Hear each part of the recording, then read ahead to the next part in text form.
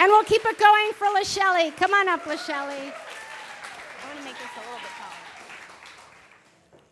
Good evening. So I'm mixed or biracial, and anyone mixed with African blood knows that our hair comes out on a spectrum which ranges from straight hair on one end and afro hair on the other. Now, I came out with the worst of both worlds because my hair is thin and flyaway like my blonde English mother's, but it's coarse like my Afro-Trinidadian father's, but dry and brittle. So if I didn't have any product in it tonight, I would look like I had a ball of cotton candy on the top of my head. Now, it was a problem because my English mother was a single parent, and we grew up in the south of England, and at that time in the 80s, there was no section for black people's hair. There was no section for mixed people's hair. There was no section. And my mother didn't have any black people around to advise her on what to do with my hair. And so she decided that she needed to do something about it because when I hit puberty, she didn't want me to walk around looking a disaster for the rest of my life. So she decided to take us, I have a younger sister, and she decided to take us to the local hair salon, thinking that they're hair experts and they'd know what to do with it. So my sister, whose hair came out on the European end of the spectrum, would leave the salon looking like Mariah Carey. I, on the other hand, would leave the salon with an afro mullet looking like Lionel Richie.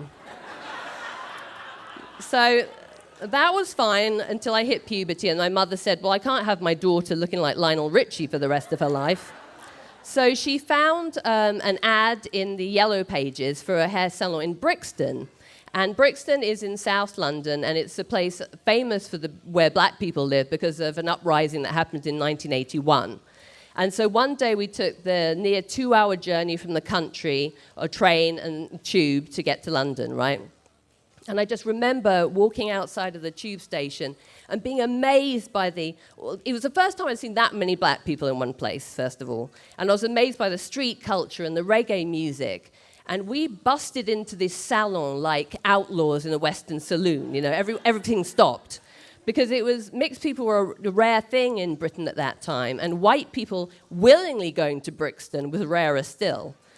But my mum had protested in '60s San Francisco, and she was immune to those kind of reactions. So she just said, I'm here to see Sharon. She said she could do something with my daughter's hair.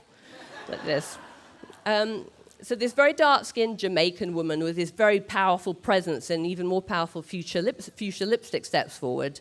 And Sharon introduces herself, and she sits me in a swivel chair, and she and the other Jamaican women all kind of examine my nappy mullet and launch into this conversation in patois about me, and I'm just completely terrified that even these black women aren't going to know what to do with it.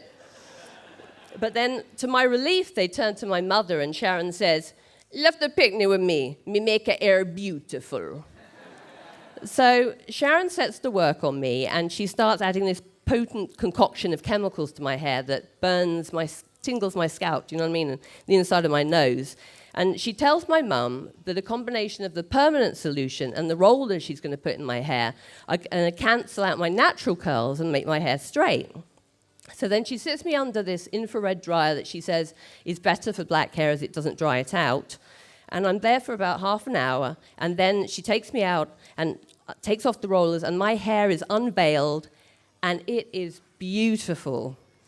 I go from having like this 3-inch afro mullet to having 10 inches of straight hair cascading down my back. Like, for the first time in my life, I have hair like everybody else, and I can do the flick, you know? And for the first time in my life, I feel pretty. Well, the problem is that keeping the straight hair isn't that easy. I have to apply a product called Stay Soft Fro to it all the time. And it's greasy, and it smells funny, and it stains my shirts. And my friends and family start to comment on it, but I don't care because having straight hair is all that matters. So now the second time my mum takes me to Sharon, she has to put more chemicals in my hair, and it's still not the same.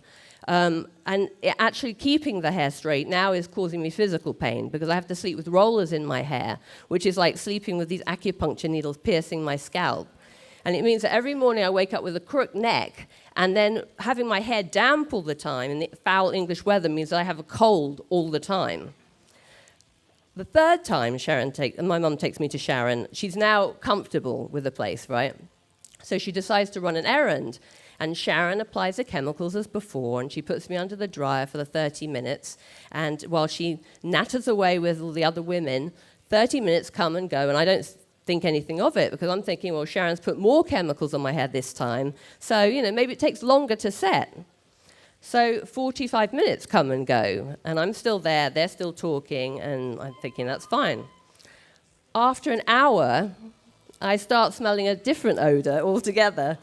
Sharon smells it too, because suddenly she says, "Rotted cheese and peas," and pulls me out from under the dryer and douses my hair with water, and all this steam starts rising off the top of my head.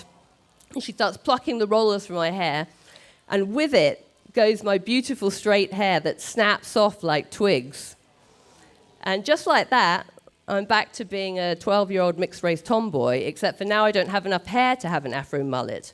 All I have left is an inch of burnt orange fuzz. Well, the Jamaican women try to console me as best they can while they're waiting for my mum to return. And obviously I'm crying, but, as much as I'm crying for the loss of my beautiful straight hair, I'm also crying because in some way I feel like I deserve it. Because I tried to be someone that I wasn't instead of learning to love me just as I am, afro mullet and all. I mean, my mum had brought back records from San Francisco, James Brown records, and she taught us to be black, proud and black, and I wasn't any of those things, and I just felt really terrible. Well, in the end, my hair did grow back, and ironically, my mum found a Nigerian woman who lived in the village next door who taught me how to take care of it naturally. And I'd like to stand up here and tell you that there aren't days that I still wish that I had straight hair.